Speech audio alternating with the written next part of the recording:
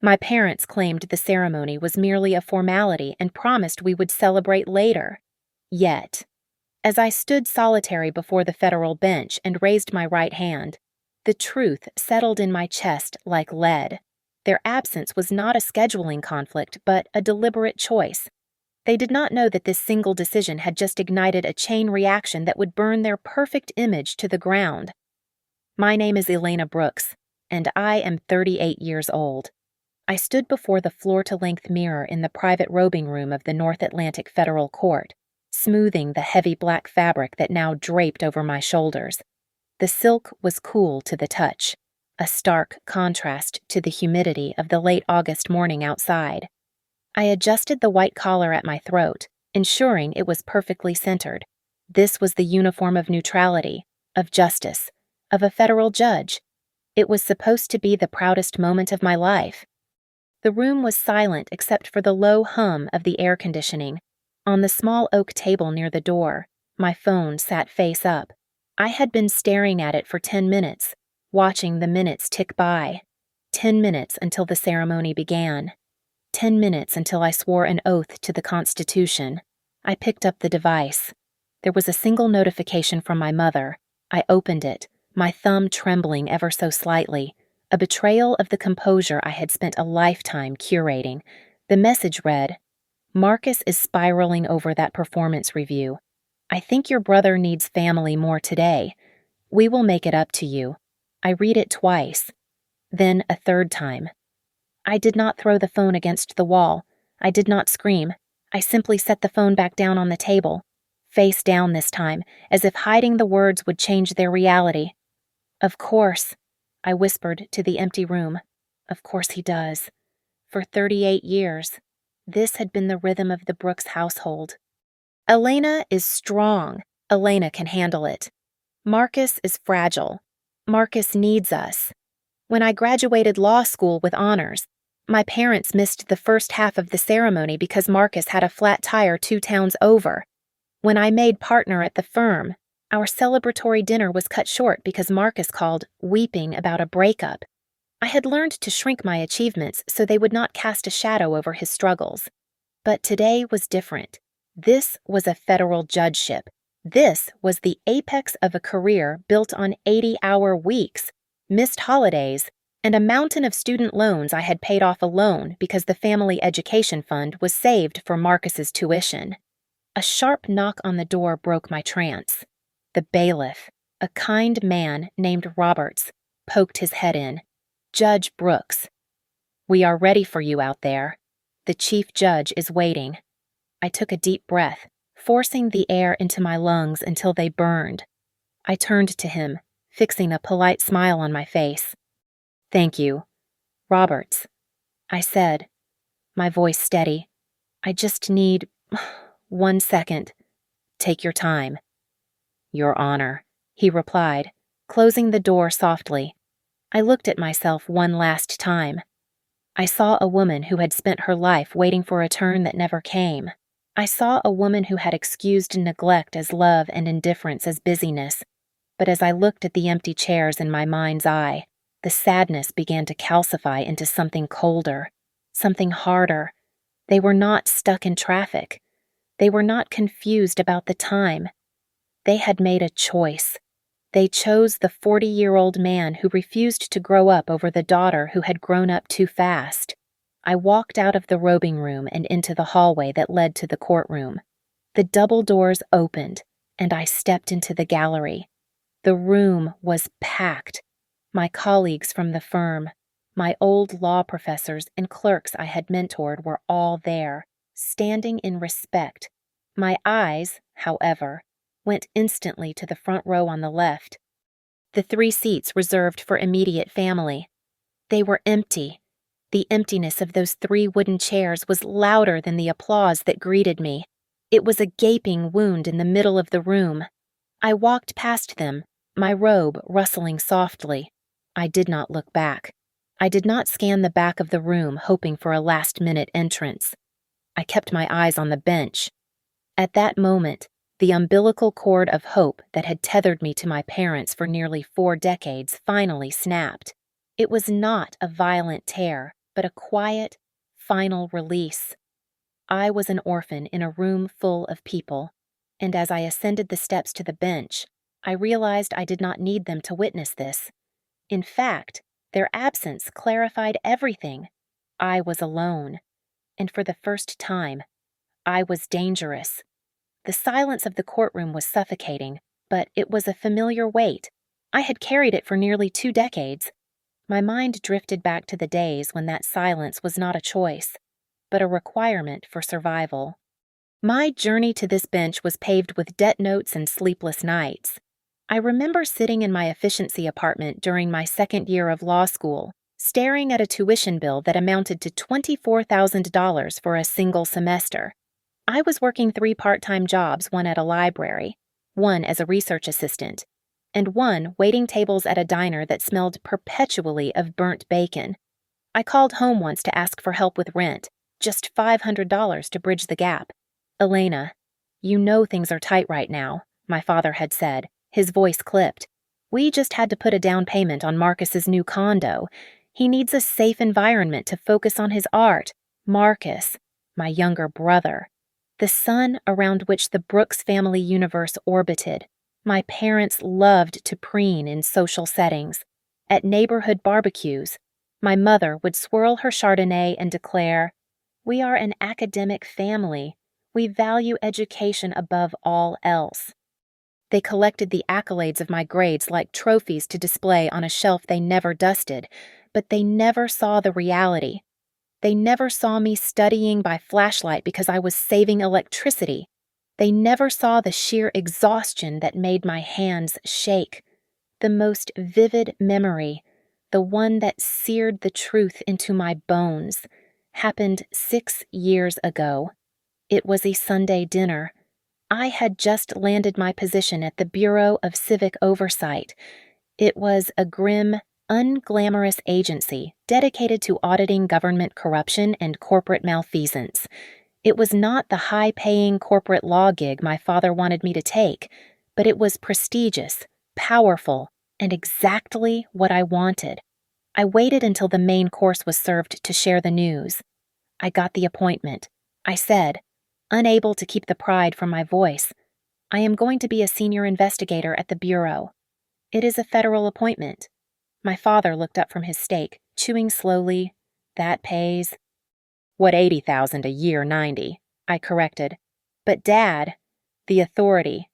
Before I could finish, the front door slammed open. Marcus walked in, looking disheveled and frantic. He was 28 at the time and between jobs for the 4th time that year. "They fired me!" Marcus shouted, throwing his keys on the counter. Can you believe it? Just because I was late 3 times, my mother immediately dropped her fork. The clatter echoed in the dining room. She rushed to him, wrapping her arms around his shoulders as if he were a wounded soldier returning from war. "Oh, my poor baby," she cooed. "They just do not understand your creative process. Come sit. Eat." I sat there, my federal appointment dissolving into the background. I tried to speak again. "Mom, about the job." She whipped her head around, her eyes flashing with genuine irritation. "Elena, can't you see your brother is in crisis? Not everything has to be about you. Why are you always so selfish, selfish?" The word hung in the air. I looked at Marcus, who was already shoveling potatoes into his mouth, smirking slightly as he basked in the attention. He was not sad. He was relieved. He knew that his failure was more valuable in this house than my success. Failure required attention. Success was expected, consumed, and then forgotten. "I am sorry," I said quietly. "What did you say?" my father asked. Not really listening. I said, "Nothing." That was the night I stopped sharing. I stopped hoping for a congratulations that was not followed by a but. I threw myself into the Bureau of Civic Oversight. I became a machine. I learned to read financial disclosures like narratives. I learned that every missing number told a story and every silence hid a lie. I worked 14 hours a day, fueled by a cold, hard determination. I realized that my parents did not hate me. That would have been easier. They simply did not see me. I was the furniture. I was the load-bearing wall that kept the roof up so they could focus on decorating the room that was Marcus. Standing in the courtroom now, 10 years after that dinner, I realized the pattern had held to the bitter end. They were not here because they did not think they had to be. Elena would be fine. Elena is always fine. But they were wrong. The Elena who tolerated the shadows was gone. The woman standing before the bench had learned the most dangerous lesson of all if you want justice. You often have to write the verdict yourself. The ceremony proceeded with the mechanical precision of a well-oiled guillotine. Chief Judge Vance stood at the podium, his voice booming through the mahogany-paneled courtroom. The air smelled of old paper and floor wax. Sunlight streamed through the high windows, illuminating dust motes dancing in the air, indifferent to the human drama unfolding below. "Please raise your right hand," Judge Vance instructed. I lifted my hand. The heavy sleeve of the robe slid down my forearm. I fixed my eyes on the seal of the United States hanging behind the bench. I did not look at the audience. I knew that if I looked at the front row again, I would shatter. Elena Brooks, I began, my voice projecting clearly to the back of the room. It was a voice I had trained for 15 years in courtrooms across the state. It was authoritative. It was steady. It was a lie. Inside, I was screaming. Every syllable felt like I was swallowing glass. Do solemnly swear that I will administer justice without respect to persons and do equal right to the poor and to the rich. I recited the words that defined my life. Around me, 200 people watched, partners from my old firm, clerks from the bureau, even the security guards from the front desk. They were all beaming. They saw a woman reaching the pinnacle of her profession. They did not see the daughter who had been discarded. So help me God. "Congratulations, Judge Brooks," Vance said, smiling warmly. The room erupted in applause. I lowered my hand and forced a smile. I shook hands. I accepted hugs from colleagues who smelled of expensive cologne and coffee. Incredible achievement. Elena, my former boss, Sarah, said, squeezing my arm, "Your parents must be bursting with pride. Where are they hiding?" My stomach twisted. I looked her in the eye. They had a family emergency. I lied. They sent their love. Sarah's smile faltered for a fraction of a second, but she recovered quickly. "Oh, I am so sorry." "Well, we are all here for you." Then came the official photographer, an energetic man with a bright flash that seemed aggressive in the dim room.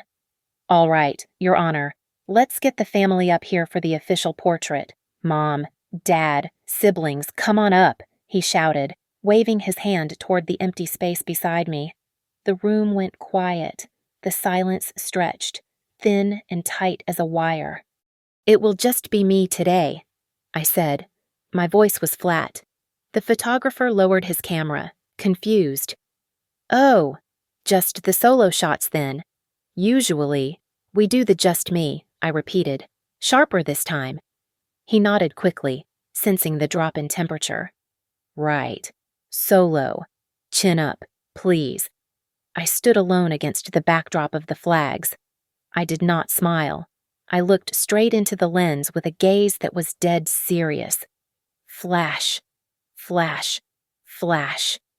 Each burst of light felt like it was searing the isolation into history. As the crowd began to disperse toward the reception hall, Judge Sterling, my mentor from law school, approached me. He was 70 years old, a man who had seen everything the legal system could offer. He leaned in close, his voice a low rumble. "You are looking for them," he stated. It was not a question. "I am fine." "Arthur," I said. He shook his head slowly. "You are tough. Elena. You always have been. But listen to me." He placed a withered hand on my shoulder. "Family is a complicated jury. They do not always return the right verdict. Remember this, some victories must be celebrated alone. It does not make them any less victorious. I watched him walk away. His words settled in my chest, heavy and true. I pulled out my phone. The official photographer had already airdropped the raw file to me at my request. It was a striking image, me, in the black robe, standing alone, looking formidable and utterly solitary. I opened my social media app. Usually, I would write a paragraph thanking my mentors, my friends, and yes, my family. Today, my thumbs hovered over the screen. I thought about Marcus, probably sleeping off a hangover. I thought of my mother, fretting over his ego while I stood here making history. I selected the photo, no filters, no edits, and then I did something I had never done. I posted it without a single word. No caption, no grateful, no honored, just the image of me, alone in power. I hit post. Within seconds, the notifications began to roll in.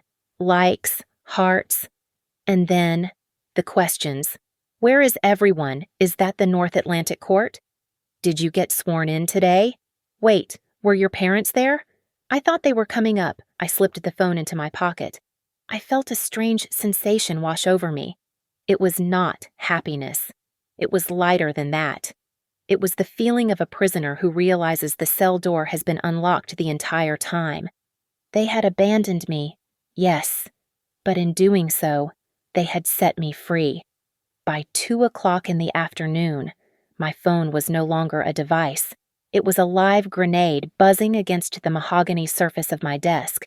I had returned to my temporary chambers to sign the initial paperwork for my docket, trying to focus on the black ink and the weight of the pen. But the world outside would not let me be. The vibration was constant. Buzz, buzz, buzz. It started with Aunt Linda. She was my mother's older sister, a woman who regarded family appearances with the same reverence as religious scripture. I let it go to voicemail. Then came my cousin David, then Uncle Robert. Finally, I picked up when Aunt Linda called a second time. Hello. Aunt Linda, I said, keeping my voice neutral. Elena. She sounded breathless, as if she had run up a flight of stairs. I just saw your Facebook post, the one at the court. It is very stark. Dear, where is the rest of the album? Where are the photos with your mother and father? I leaned back in my chair, staring at the ceiling. There are no other photos. Aunt Linda, that is the only one. But surely they were there. Your mother told me last week she bought a new dress for the occasion, a blue silk one. They had other priorities. I said simply, priorities. For a federal swearing in, Elena, are they ill? Is someone in the hospital? No. I replied, they are fine. You should ask them. I hung up. I did not offer an excuse. I did not cover for them. For the first time in my life, I let the silence hang there, heavy and accusatory. 10 minutes later, the screen lit up with the name I had been expecting Dad. I slid my finger across the glass to answer. Elena. His voice was not warm. It was tight, the way it got when a waiter messed up his order. What in the hell are you doing? Hello to you, too. Dad, I am fine. Thank you for asking. The ceremony went well. Do not get smart with me. He snapped. My phone has been ringing off the hook for 40 minutes. Linda just called your mother asking if we were in a car accident. Why did you post that picture? It is a picture of me being sworn in as a federal judge. I said, it is the most significant moment of my career. Was I supposed to hide it? You posted a picture of yourself alone, he shouted. The distortion in the speaker told me he was holding the phone too close to his mouth. You know how that looks. It looks like we abandoned you. You are making us look like terrible parents in front of the whole family. I did not write a caption. Dad, I said, my voice dangerously calm. I did not say a single word about you. If people look at that photo and assume you abandoned me, maybe you should ask yourself why that is the conclusion they are jumping to. Put your mother on, I heard him say to someone in the background. There was a shuffling sound, And then my mother's voice came on the line. She was crying, or at least performing the audio equivalent of tears. "Elena, how could you?" she sobbed. "After everything we have done for you, we told you Marcus was having a crisis. He was having a panic attack about his review. We could not just leave him alone in that state. He is 34 years old. Mom," I said. "He is sensitive." "Not everyone is as cold as you are," she retorted, the tears instantly evaporating into anger. "We sent you a text. We told you we would celebrate later. But you had to go and create a public spectacle. You are doing this on purpose. You want people to hate us. I want nothing from you." I said. "That is the point. Take it down," she demanded. "Take the post down right now and write a status saying we were, I do not know. Say we had a medical emergency. Say we were there, but the photographer missed us. Fix this. Elena, in the past, the old Elena would have folded. I would have apologized for my own mistreatment. I would have deleted the photo, smoothed over the cracks, and protected their fragile egos." "No," I said. The silence on the other end was absolute. "What did you say?" I said. "No. I will not lie for you anymore. You made a choice to stay with Marcus. Stand by your choice." I ended the call before she could scream. Almost immediately, the family group chat titled "Brooks Family Love" exploded. "Mom, everyone, please stop calling. We are dealing with a private family matter involving Marcus. Elena is just being dramatic because she did not get enough attention today. Aunt Linda dramatic. She was sworn in as a judge. Sharon, you weren't there? Cousin David wait, so Marcus had a private matter, and you both skipped the ceremony. Seriously, Dad. Watch your tone. David, you do not know the full story. Elena is manipulating the situation. Marcus, oh my God, can everyone just leave me alone? I cannot deal with this pressure right now. Thanks a lot. Elena, you always have to make everything about you. I watched the messages scroll up on my screen like a ticker tape of dysfunction. I did not type a response. I did not defend myself against the accusation of being dramatic or manipulative. I realized I did not have to. My parents and Marcus were doing a better job of exposing themselves than I ever could. Every defensive text, every excuse, every attack on my character just highlighted their absence. They were digging their own graves with their thumbs. I set the phone down and turned back to the stack of legal briefs on my desk. The notifications continued to ping, a digital heartbeat of a family falling apart. But for the first time, I felt no urge to stop it. I just let it burn. The sun had set over the city, casting long shadows across my office floor. But I had not turned on the lights. I sat in the semi-darkness, the illuminated screen of my phone acting as the only source of clarity in the room. When it rang again at 7 in the evening, the caller ID displayed Mom. This time, I did not let it go to voicemail. I pressed answer and held the device to my ear, saying nothing. Elena, her voice was softer now, stripped of the initial defensive anger she had displayed earlier. It was her bargaining voice. Elena, are you there? Please, talk to me. I am here. I said. Look, I know you are hurt, she began, the words rushing out. But you have to understand the position we were in. Marcus called us at 8 in the morning. He was hyperventilating. He said he felt like his life was over because his boss gave him a negative review. You know how he spirals so easily, and I was being sworn in as a federal judge, I replied, my voice devoid of inflection. At 10 in the morning, we thought we could handle him and still make it, she insisted. But it took hours to calm him down. Elena, look at you. You are strong. You have always been the strong one. Marcus he is weaker than you. He needs us to survive. You do not. There it was. The confession I had waited 38 years to hear. It was not an apology. It was a justification based on competence. I was being penalized for my resilience, taxed for my ability to function. So that is the rule I asked. Because I work hard, because I manage my life. I deserve less love. And because he refuses to grow up. He deserves all of it. It is not about love. She cried out, her voice cracking. It is about equity. We give the most help to the one who needs it most. You have a career. You have money. You have respect. Marcus has nothing. He has nothing because you have never let him fail. I said, you have cushioned every fall so he never learned how to stand up. Do not psychoanalyze us. Elena. My father's voice suddenly boomed on the line. He must have been listening on the extension or sitting right next to her. We are your parents. We did the best we could. Stop trying to make this into a courtroom drama. You are blowing this way out of proportion to punish us. Am I? I swiveled my chair to look out at the city lights. Let me ask you a question. Dad, a hypothetical one.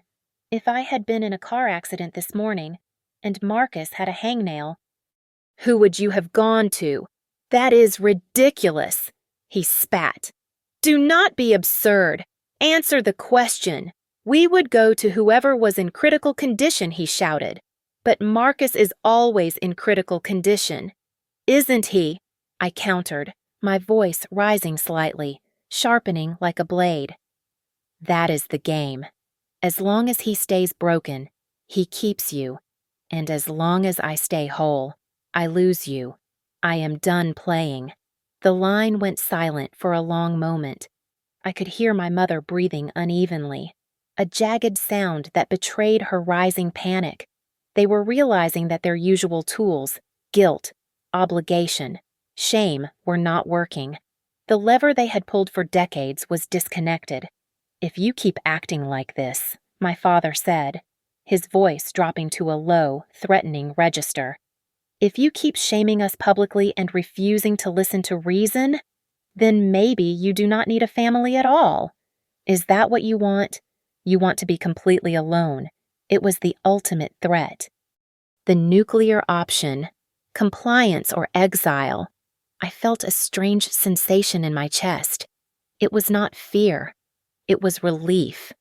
If the price of having a family is accepting that I will always be second place, I said slowly, enunciating every word, then yes, I accept that possibility. Elena. You do not mean that, my mother whispered, terror creeping into her tone. You cannot mean that. I think I do. I said, you threatened to cut me off. Dad, I am telling you, I am okay with it. I am not afraid of the dark anymore.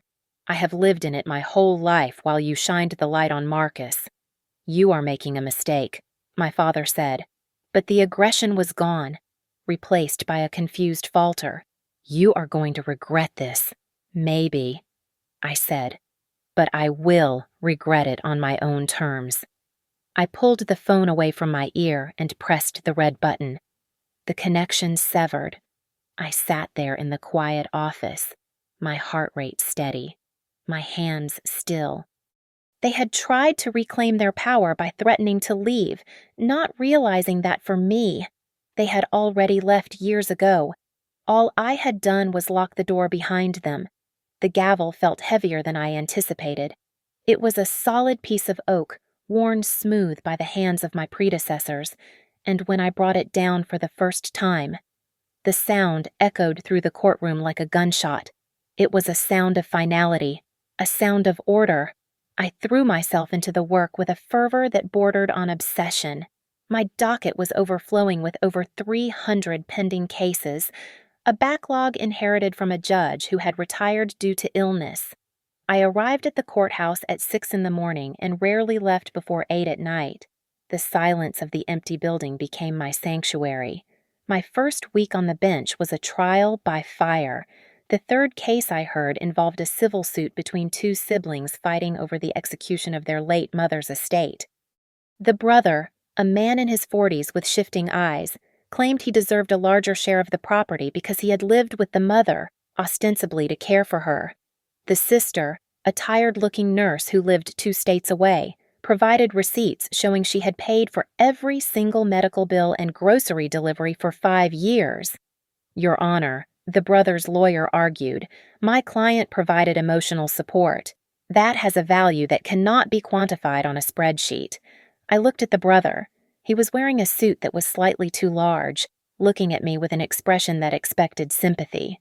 He reminded me so much of Marcus that I had to physically grip the armrests of my chair to keep my face neutral. Mr. Henderson, I said, my voice projecting clearly without a microphone. The law deals in facts, not vague emotional currencies. The evidence suggests your client lived rent-free for 6 years while his sister subsidized his existence. Motion for the larger share is denied. The sister let out a sob of relief. I felt a grim satisfaction. I could not fix my own family, but I could ensure that other parasites did not win in my courtroom. My clerks, a brilliant young man named David and a meticulous woman named Sarah, treated me with a reverence that made me uncomfortable at first. They respected my speed, my preparation, and my refusal to tolerate delays. I was building a reputation fair, but terrifyingly efficient. On Thursday of my second week, Sarah placed a copy of The Federal Jurist, a widely read industry newsletter, on my desk. Judge Brooks, she said hesitantly. I thought you should see this. Page 4. I opened the glossy magazine. There, taking up half the page, was the photo of me standing alone at the swearing-in. The headline read, "The solitary oath judge Elena Brooks and the new face of independent justice." The article was not pitying. It was laudatory. It framed my solitary stance as a statement of fierce independence, a break from the nepotism and social pageantry that usually accompanied such appointments. The writer praised my stoic dedication and noted that I was a judge who stood on my own merits, quite literally. It is a good article, Sarah said. People are talking about it. They say you look incorruptible. My parents, however, saw it differently. To them, it was an indictment. The story had escaped their containment field. It was no longer just a family squabble. It was in print. My father called my office line 3 times that afternoon. I instructed my secretary to take a message each time. Then, the final crack in the facade appeared. It came from the most predictable source, Marcus himself. I was in my chambers eating a salad for lunch when my personal phone buzzed with a screenshot sent by my cousin David. It was an Instagram story from Marcus's account, dated the morning of my swearing-in. He must have posted it to his close friends list, forgetting that David was on it. The photo showed a half-eaten plate of huevos rancheros and a Bloody Mary at a trendy brunch spot downtown. The timestamp was 10:45 in the morning, just 15 minutes after I had taken my oath. The caption read, "Boss was a jerk today, so I am taking a mental health day. Mimosas are cheaper than therapy." Self-care, treat yourself. I stared at the image. There was no panic attack. There was no medical emergency. There was just a man-child who was annoyed by a performance review and decided to go get drunk on a Tuesday morning instead of supporting his sister. My parents had skipped my inauguration to buy him brunch. I forwarded the screenshot to my mother with a single line of text. I hope the eggs were worth it. 10 minutes later, my mother called. I answered, putting the phone on speaker as I reviewed a motion for summary judgment. "Elena, you have to understand," she began, her voice shrill and frantic. He was just trying to cope. He went to eat to calm his nerves after we talked him down. He was drinking cocktails. "Mom," I said, not looking up from my paperwork. At 10:45 in the morning, while I was swearing to uphold the Constitution, "We can't let people see that photo," she pleaded. "If your aunt sees that, if the family sees that, they will think we lied." "You did lie," I said, "and I am not going to help you hide it. If David has it, half the family has it. It is out of my hands. You are enjoying this," she accused. "You are enjoying watching us suffer." I paused, my pen hovering over the signature line.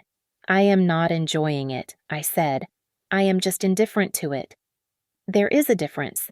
I have a docket to clear. Mom, do not call this number during business hours again. I hung up. I looked at the magazine on my desk, at the woman in the black robe standing alone. She looked strong. She looked ready. And for the first time, I realized she was the only family I needed to protect. On Tuesday afternoon, 3 days after the article was published, the sanctuary of my chambers was breached. I had given explicit instructions to the front desk security to screen my visitors, but my parents had apparently used the urgent family emergency card, a lie that came to them as naturally as breathing. My judicial assistant, Sarah, opened the door, her face pale. Judge Brooks, I am so sorry. They insisted it was life or death, and before I could call the marshals, she did not finish the sentence. My father pushed past her, marching into the room with the entitlement of a man who believed he owned every room he entered. My mother followed, clutching her purse like a shield, and trailing behind them was Marcus. He looked like a child who had been dragged to the principal's office, wearing a wrinkled button-down shirt and refusing to make eye contact. "Thank you, Sarah," I said, my voice ice cold. "Please close the door, but do not go far." Sarah nodded and retreated, the latch clicking shut with a finality that seemed to suck the air out of the room. I did not stand up. I remained seated behind my massive oak desk, using the furniture as a fortress. "You have 5 minutes," I said, "and then I am calling the U.S. Marshals to have you removed for trespassing." "Trespassing," my father sputtered, his face flushing a deep, dangerous red. "We are your parents. Elena, you do not treat us like criminals. Then stop acting like them," I replied. "Why are you here?" My mother stepped forward, tears already welling in her eyes. It was a performance I had seen 1,000 times. "Elena, please," she sobbed, reaching for a tissue that wasn't there. "You have to stop this. You have to fix it. Aunt Linda called me this morning. She said she is disinviting us from the Thanksgiving reunion. She said we are monsters." Linda is a perceptive woman, I noted, organizing the pens on my desk. "You have to issue a statement," my father demanded, placing his hands flat on my desk and leaning in. "You are going to write a post saying that we were at the hospital, that Marcus had a cardiac event. You will say the brunch photo was taken weeks ago and uploaded by mistake." I looked at Marcus. He was staring at the floor, picking at a loose thread on his cuff. "Is that what happened?" "Marcus," I asked, "did you have a cardiac event?" I was stressed. "Elle?" he mumbled, his voice whiny and thin. "You know how my anxiety gets. I just needed to blow off steam. I didn't know people would freak out. You were drinking Bloody Marys while I was taking an oath to serve this country." I said, "There is nothing to correct. The truth is already out. It is ruining us," my father shouted, slamming his hand on the desk. The sound made Marcus flinch, but I did not blink. "Do you know what this does to our standing? I am up for treasurer at the country club next month. The Robinsons are already whispering. If we look like a broken family, they won't trust me with the funds." My mother nodded vigorously. "And the loan, Elena. The loan for Marcus's studio." I paused. "What loan?" My father stiffened, realizing he had said too much, but my mother was too desperate to filter herself. "We applied for a business loan for Marcus," she confessed, her words tumbling out, "for his art gallery. We used the family trust as collateral, but the bank officer, he knows you. We told him that you were fully supportive of the venture. We implied that, well, that you were a silent partner. If they think we are estranged, they will pull the financing." The air in the room seemed to freeze. I looked from my father's red face to my mother's tear-stained cheeks, and finally to Marcus's cowardly slouch. It wasn't about love. It wasn't even about the embarrassment of missing a ceremony. It was about money. It was about leverage. They needed the prestige of having a federal judge in the family to secure a loan for the golden child's latest failed vanity project. I was not a daughter to them. I was a credit score booster. "You used my name," I said. my voice dropping to a whisper that was far more terrifying than a scream. You used my federal judgeship to try and secure a high-risk loan for Marcus. It is family money, my father argued, though he looked less certain now. We are a unit. Your success helps us. That is how it works. No, I said.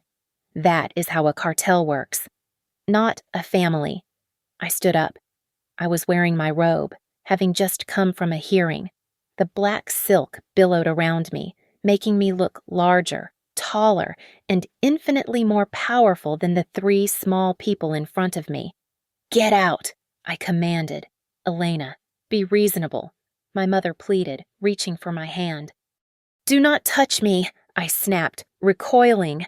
You missed my swearing in to buy him alcohol, and now you come here, to my place of work, not to apologize, but to ask me to commit fraud to save your reputation. You are done, you ungrateful little. My father started, taking a step toward me. I pressed the panic button installed under my desk. Instantly, the heavy door swung open, and two armed marshals stepped inside, their hands resting on their belts. Is there a problem? Your Honor, Officer Miller asked, his eyes locked on my father. These people were just leaving, I said, my eyes never leaving my father's face. If they are not out of the building in 2 minutes, arrest them for harassment of a federal official. My father's jaw dropped. He looked at the marshals, then back at me, seeing a stranger he could no longer bully. He grabbed my mother's arm roughly. Let's go, he hissed. She is dead to us. The feeling, I said as they turned away, is entirely mutual. Marcus lingered for a second, looking at me with a mix of fear and confusion. Goodbye, Marcus, I said, turning my back on him to face the window. I heard the door close. I heard their footsteps fade down the hallway. I stood there, staring at the skyline, shaking, not from fear, but from the adrenaline of severing a limb that had been gangrenous for 30 years. It hurt, yes, but the infection was finally gone. The silence in my office after the marshals left was heavy, but it was not empty. It was filled with the echoing vibrations of the things I had finally said aloud. I sat there for a long time, watching the sun dip below the skyline of the city, turning the glass skyscrapers into pillars of fire. My hands were trembling, not from fear, but from the sheer physical toll of severing a limb without anesthesia. For a brief, terrifying moment, the guilt washed over me. It was a conditioned reflex, programmed into me since I was 5 years old. Was I too harsh? Did I really need to call security? They were my parents. They were aging. Maybe I was the villain in this story, the heartless career woman who chose her robe over her blood. I needed a reality check. I dialed Maya, my best friend from law school and the only person who knew the full, unvarnished history of the Brooks family. We met an hour later at a quiet wine bar 3 blocks from the courthouse. I told her everything, the brunch photo, the loan application, the confrontation in my office. Maya swirled her Pinot Noir, her expression unreadable until I finished. Then she looked me dead in the eye. Elena, she said, her voice low and fierce. If a stranger did this to you, if a stranger tried to leverage your professional reputation to secure a fraudulent loan after ghosting your biggest achievement, what would you do? I would prosecute them. I admitted, exactly. Maya said, biology is not a get-out-of-jail-free card. You feel guilty because you have spent 38 years being the peacekeeper. You think your silence was noble. It wasn't. It was permission. Her words hit me like a physical blow. She was right. Every time I had smiled through their neglect, every time I had said it is okay when they missed a birthday or a graduation, I had signed a contract. I had taught them that Elena was low maintenance. I had taught them that my love was cheap and unconditional, while Marcus's love was expensive and required constant payment. I feel like I feel like I am mourning them, I whispered, looking down at my glass. But they are still alive. You are mourning the parents you wanted, Maya said gently. Not the ones you have. Let them go. That night. I sat at my kitchen table with a blank notepad.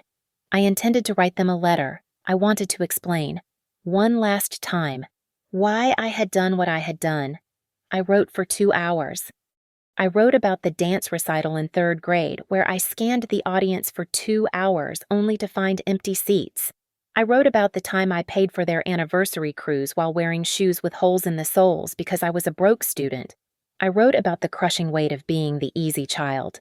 I wanted you to see me, I wrote, not as a resource, not as a retirement plan, just as your daughter. I read the letter over and over. The ink was smeared in places where my hand had rested too long. Then, I stood up, walked to the shredder in the corner of my home office, and fed the pages into the machine. The sound of the paper tearing was the most satisfying sound I had heard all week. Sending that letter would have been an act of hope, and I was done with hope. Hope was what had kept me trapped. I did not sleep well that night, but when I woke up, the guilt was gone. It had been replaced by a cold, metallic resolve. I knew what was coming next. The annual Brooks family reunion was this weekend. It was a massive affair with over 50 relatives, aunts, uncles, cousins, and distant relations. It was the stage my parents used to perform their role as the perfect family. They would be there, and they would be spinning a narrative. They would paint me as the unstable, ungrateful daughter who had snapped under the pressure of her new job. They would weaponize the family gossip mill against me. In the past, I would have stayed home to avoid the conflict. I would have let them tell their lies while I hid in my apartment. But the woman who hid was gone. The judge remained. I stood in front of my mirror, buttoning my blouse. I looked at my reflection. My eyes were clear. My spine was straight. Let them talk. I said to the empty room. I was not going to hide. I was going to the reunion. I was going to walk into the lion's den, not with a sword, but with the truth. They had started a storm by missing my swearing in, thinking I would weather it silently like I always did. They had no idea that I had become the hurricane, and on Sunday, I was going to make landfall. The annual Brooks family reunion was held in Uncle Robert's sprawling backyard, a carefully curated tableau of checkered tablecloths, grilled burgers, and forced cheerfulness. 50 relatives were scattered across the lawn, holding iced tea and making polite conversation. When I walked through the side gate, the chatter did not stop instantly, but it rippled into silence, like a wave crashing against a sudden breakwater. I wore a simple navy dress, standing tall with my shoulders back. I did not look like the daughter who had been hiding in her chambers. I looked like the judge who had just cleared her docket. My mother was the first to spot me. She was holding a tray of deviled eggs, and for a split second, she looked like she might drop them. She recovered quickly, putting on her best hostess smile a terrifying rictus of panic and charm. "Elena!" she exclaimed, her voice pitched a little too high. We didn't think you would make it. Come, let's go into the kitchen and get you a drink. Just the two of us." She moved to intercept me, trying to herd me away from the main crowd like a sheepdog steering a wayward lamb. My father appeared at her elbow, his hand gripping my upper arm with bruising force. "Yes, inside," he muttered, his eyes darting around the yard. "We need to talk. Privately." I gently but firmly removed his hand from my arm. "I am fine right here," I said, my voice carrying clearly over the hum of the oscillating sprinkler. "Hello, Aunt Linda. Hello, Uncle Robert." Aunt Linda, never one to let sleeping dogs lie, stepped forward. She held a glass of white wine and looked from my parents to me with the precision of a hawk spotting a field mouse. "Elena," she said, "we were just talking about the unfortunate timing of your swearing in. Your mother said Marcus had a medical emergency, a heart scare." I looked at my mother, She had gone pale. This was the lie she had planted a serious, unassailable medical crisis that would justify missing a federal ceremony. "Is that what they told you?" I asked calmly. "It was terrifying," my mother interjected quickly, desperation leaking into her tone. Chest pains, shortness of breath. We spent the whole morning at the urgent care. We were frantic. "That is strange," I said, turning to face the gathered crowd, because according to the timestamp on the photo Marcus posted to his private Instagram story, at 10:45 in the morning, the exact moment I was taking my oath, he was at the Grindstone Cafe having brunch. The silence that fell over the yard was absolute. Even the children seemed to stop playing. "Brunch," Uncle Robert repeated, frowning. "He had the huevos rancheros," I continued, my voice steady and devoid of malice. "And a Bloody Mary. He captioned it, 'Self-care.' That is a lie," my father shouted, his composure finally snapping. "She is making this up to humiliate us. She has been jealous of her brother since she was 5 years old. I have the screenshot. Uncle Robert, my cousin David spoke up from near the cooler." He held up his phone. I did not want to say anything, but, yeah, it is right here, 10:45 on Tuesday. My father froze. The narrative he had controlled for decades, the story of the devoted parents and the difficult daughter, was dissolving in the sunlight. All eyes turned to Marcus. He was sitting at a picnic table, shrinking into himself. He looked at our parents, waiting for them to save him. But they were paralyzed by the exposure. Marcus' Aunt Linda asked sharply, "Were you at the hospital or not?" Marcus looked at me. For the first time, I saw no anger in his eyes, only a profound, pathetic exhaustion. He saw that I was not going to yell. I was not going to cry. I was simply stating the record. Marcus stammered. He looked at our mother, who was shaking her head slightly, begging him to lie. But the weight of the evidence was too heavy. "I wasn't sick," Marcus whispered. "Speak up, son," Uncle Robert commanded. "I wasn't sick," Marcus shouted, his voice cracking. "I got a bad review at work. I was freaked out. I called Mom and Dad and told them I couldn't be alone. I told them if they went to Elena's ceremony, I would hurt myself." A collective gasp went through the crowd. My mother covered her mouth with her hand. "So you blackmailed them?" David asked, disgusted. "I needed them," Marcus yelled, tears streaming down his face. "She always wins, Elena, always wins at everything I just wanted to win one time. I just wanted them to choose me." "And they did," I said softly. I looked at my parents. They stood amidst their relatives, stripped of their armor. They were not the noble sacrifices they pretended to be. They were enablers who had crippled one child and abandoned the other. "They chose you, Marcus," I said to him. "But in doing so, they lost me. There is no confusion here. There is no misunderstanding. They made a choice. And now, everyone knows what that choice cost." My father opened his mouth to speak, perhaps to roar, perhaps to beg, but he found no words. The judgment of the room was palpable. The admiring glances they usually received were gone, replaced by looks of pity and revulsion. I did not smile. I did not gloat. I simply nodded to my aunt. "It was good to see you, Linda," I said. And then I turned and walked toward the gate. Behind me, the image of the perfect Brooks family lay in ruins, destroyed not by my anger, but by the simple, unyielding weight of the truth. My father caught up to me just as I reached the gravel driveway where my sedan was parked. He was out of breath, his face a mask of panicked fury that he was trying desperately to hide from the 50 witnesses standing on the lawn behind him. "Elena, stop," he demanded, lowering his voice to a harsh whisper.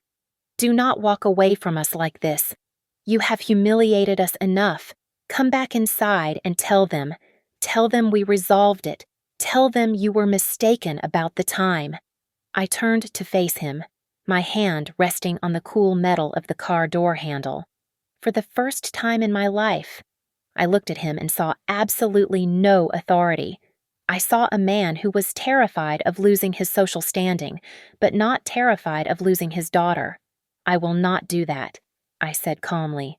"You are destroying this family," he spat, pointing a shaking finger at my face. "Over what a ceremony you are pushing this too far just to get back at us. I am not looking for revenge." "Dad," I replied, my voice steady and clear, "I am just choosing the truth. You spent 30 years teaching me that actions have consequences. Well, these are yours." My mother had caught up now, clutching her pearls, her eyes wide with disbelief. "But we are your family. Elena, you cannot just leave us like this. Who will help you? Who will be there for you?" I almost laughed. It would have been a bitter sound. "I have been there for myself since I was 8 years old." I said, "I think I will be fine." I opened the car door. "I am going to block your numbers for a while. Maybe a few months, maybe a few years. I do not know yet. Do not come to my office. Do not call my staff.